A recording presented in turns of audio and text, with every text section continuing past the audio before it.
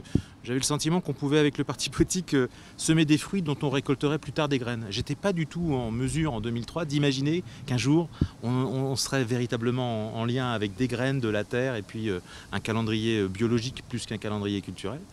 Aujourd'hui, avec le recul, on se rend compte qu'effectivement, il y a une sorte d'écosystème de questions, d'abord, qui s'est posé avec quelque chose qui s'appelait au tout début la pollinisation de la ville, qui, par l'intermédiaire de l'abeille, a finalement mis en route une sorte de bâton de transhumance. On est allé voir d'abord en Seine-Saint-Denis comment à Noisy-le-Sec avec la galerie, ou comment à Pantin avec le Ciné 104, on pouvait en gros traverser un peu le territoire et aussi traverser les questions que les abeilles nous posaient, parce qu'en fait, dans leur disparition, les abeilles nous posent plein de questions. Il faut juste prendre le temps de les écouter, parce avant qu'elles meurent, et elles le font souvent avant même d'avoir le temps de nous poser des questions.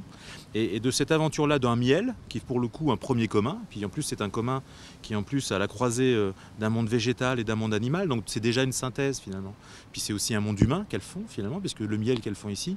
il est issu d'un terroir qui n'est pas conditionné par la nature du sol ou l'exposition d'un coteau au soleil. Le miel qu'elles font en Seine-Saint-Denis, c'est un miel d'homme en fait.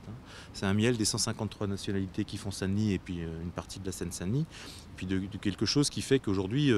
cette diversité culturelle, si elle a en plus une résonance de biodiversité culinaire, c'est ce sur quoi on travaille aussi aujourd'hui, c'est le résultat du fait que les hommes sont devenus des véhicules de graines à part entière.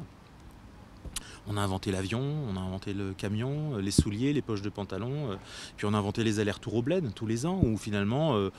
plus encore que le vent, l'homme a déplacé avec lui des graines. Et que la Seine-Saint-Denis, finalement, lorsqu'on fait une analyse pollinique, donc une analyse des pollens d'un miel qui aujourd'hui s'appelle béton, mais c'est valable sur toute l'étendue de la Seine-Saint-Denis, lorsqu'on fait cette analyse pollinique et qu'on tombe sur 250 pollens de fleurs différentes, finalement ce que ça raconte, c'est une sorte d'éloge de la complexité.